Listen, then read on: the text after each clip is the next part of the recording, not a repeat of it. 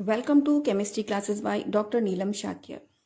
आज के इस वीडियो में मैं आपको बताऊंगी वैकेंसी डिफेक्ट और इंटरस्टिशियल डिफेक्ट के बारे में।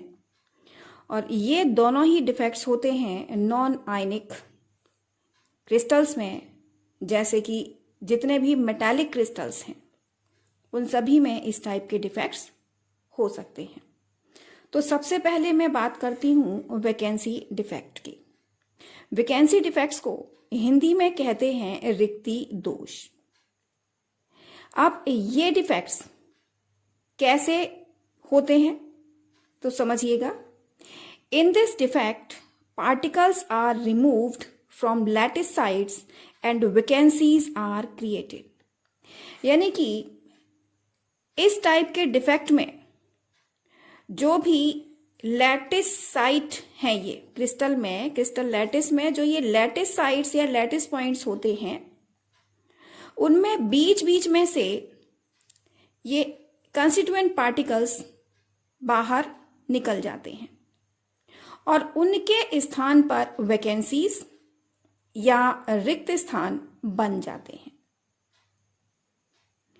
तो इस तरह से हमने देखा कि वैकेंसी डिफेक्ट में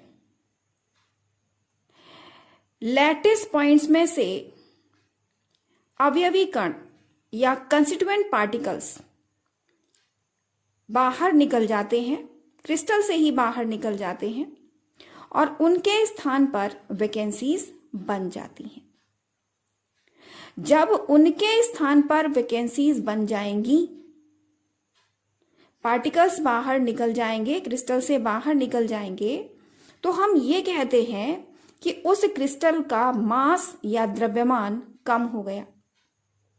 और जब मास या द्रव्यमान कम हो जाएगा लेकिन वॉल्यूम तो उतना ही रहेगा, तब डेंसिटी के लिए फॉर्मूला मास अपॉन वॉल्यूम, द्रव्यमान बटे आयतन। इस फॉर्मूला से अगर हम देखें तो इस क्रिस्टल की डेंसिटी कम हो जाएगी, यानी इसका घनत्व कम हो जाएगा। तो हम ये कह सकते हैं कि वैकेंसी डिफेक्ट होने पर क्रिस्टल की डेंसिटी कम हो जाती है।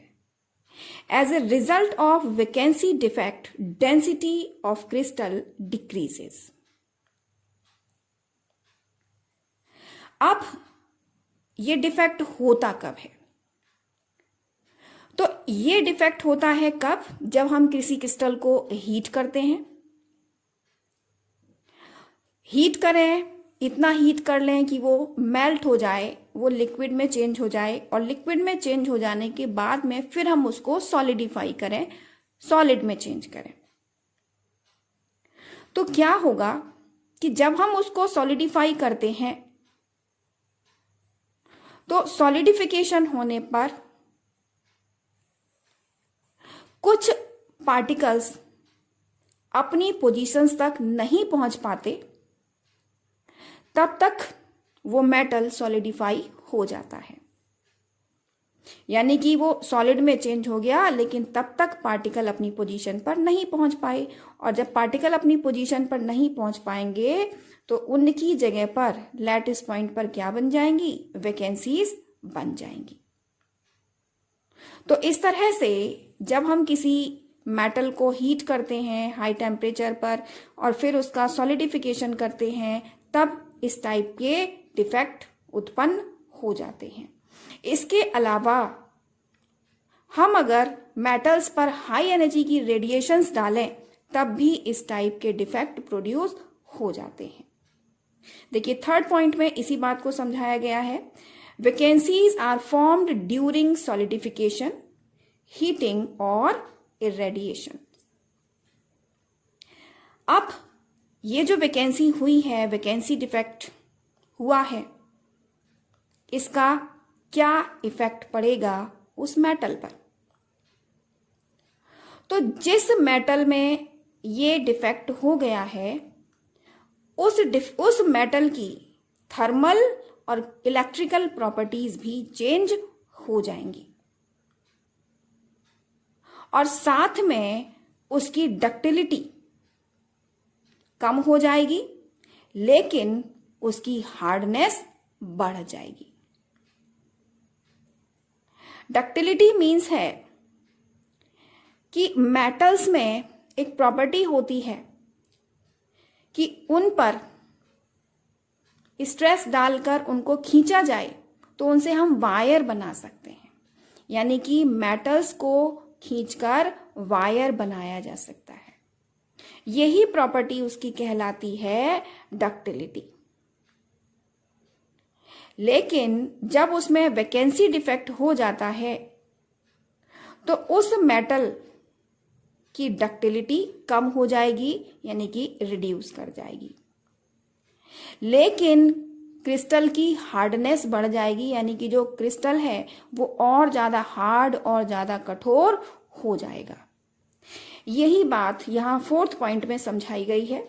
क्या कि vacancy defect alters the thermal and electrical properties and also reduce the ductility but increase the hardness। तो आपको वैकेंसी डिफेक्ट समझ में आ गया होगा। वैकेंसी डिफेक्ट में क्या होता है, एक बार हम फिर से समझने की कोशिश करते हैं। वैकेंसी डिफेक्ट में क्रिस्टल लैटिस के लैटिस पॉइंट से बीच बीच में से कंस्टिट्यूएंट पार्टिकल्स या अवयवी कण बाहर निकल जाते हैं और उनके स्थान पर वैकेंसीज बन जाती हैं, वैकेंसीज क्रिएट हो जाती हैं। और इस डिफेक्ट से डेंसिटी क्रिस्टल की कम हो जाती है। ये कब होता है?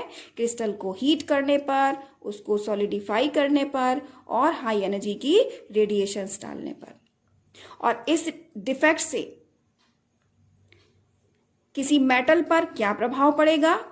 उसकी थर्मल और इलेक्ट्रिकल प्रॉपर्टीज चेंज हो जाएंगी, उसकी डक्टिलिटी रिड्यूस हो जाएगी और हार्डनेस बढ़ जाएगी। अब हम बात करते हैं इंटरस्टिशियल डिफेक्ट के बारे में। इंटरस्टिशियल डिफेक्ट को हिंदी में कहते हैं अंतरावकाशी दोष। इस दोष में जो भी मेटल है उसका जो क्रिस्टल लैटिस है उसके सभी लैटिस पॉइंट पर तो मेटल के एटम्स होते ही हैं, लेकिन इनके अलावा जो इंटरस्टिशियल स्पेसेस हैं उनमें भी कुछ एटम्स एंटर कर जाते हैं, जिससे इस क्रिस्टल की पार्टिकल्स की रेगुलरिटी डिस्ट्रॉय हो जाएगी।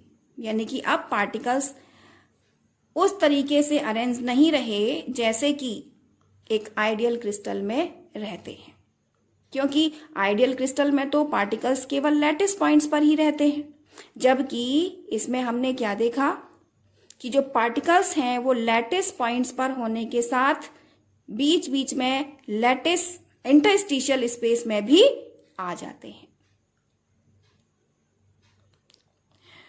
इसी बात को फर्स्ट पॉइंट में यहां पर समझाया गया है। इन this defect particles enter in interstitial spaces. अब इस डिफेक्ट के कारण अगर हम क्रिस्टल की डेंसिटी देखें तो उस पर क्या डिफेक्ट पड़ेगा? इस डिफेक्ट के होने पर हमने देखा कि एक्स्ट्रा एटम्स या एक्स्ट्रा कंस्टिट्यूएंट पार्टिकल्स क्रिस्टल के अंदर एंटर कर गए, तो हम कहेंगे कि उस क्रिस्टल का मास बढ़ गया, यानी उसका द्रव्यमान बढ़ गया, लेकिन उसका वॉल्यूम या उसका आयतन तो उतना ही रहा। तो density equal mass upon volume formula से देखा जाए तो क्रिस्टल की डेंसिटी इंक्रीज कर जाएगी, डेंसिटी बढ़ जाएगी, क्योंकि यहां पर मास बढ़ गया है। इसी बात को यहां सेकेंड पॉइंट में क्लियर किया गया है। As a result of this defect density of crystal increases. अब ये डिफेक्ट होता कब है? तो ये डिफेक्ट भी क्रिस्टल को हीट करने पर या उसका सॉलिडिफिकेशन करने पर होता है। यानी कोई भी मेटल है उसको हम हीट करें और उसको फिर सॉलिडिफाई करें, तो उस कंडीशन में क्या होता है कि कभी कभी जो पार्टिकल्स हैं वो लैटिस पॉइंट पर होने के साथ में उनके इंटरस्टिशियल स्पेसेस में भी एंटर कर जाते हैं, और इस कंडीशन में हो जाता है इंटरस्टिशियल डिफेक्ट। इसी बात को थर्ड पॉइंट में देखिए यहां क्लियर किया गया है, this defect takes place on heating और सॉलिडिफिकेशन। अब इस डिफेक्ट से इस क्रिस्टल में या इस क्रिस्टल का जो भी मेटल है उस पर क्या इफेक्ट पड़ेगा, तो इंटरस्टिशियल डिफेक्ट से भी मेटल्स की थर्मल और इलेक्ट्रिकल प्रॉपर्टीज प्रभावित हो जाती हैं। इसी बात को यहां नेक्स्ट पॉइंट में बताया गया है, this defect changes the thermal and electrical properties. तो मेरे ख्याल से आपको अब ये दोनों ही डिफेक्ट्स क्लियर हो गए होंगे। मैंने यहां नोट्स के माध्यम से भी आपको समझाने की कोशिश की है, और आसानी से अब आप नोट्स भी बना सकते हैं।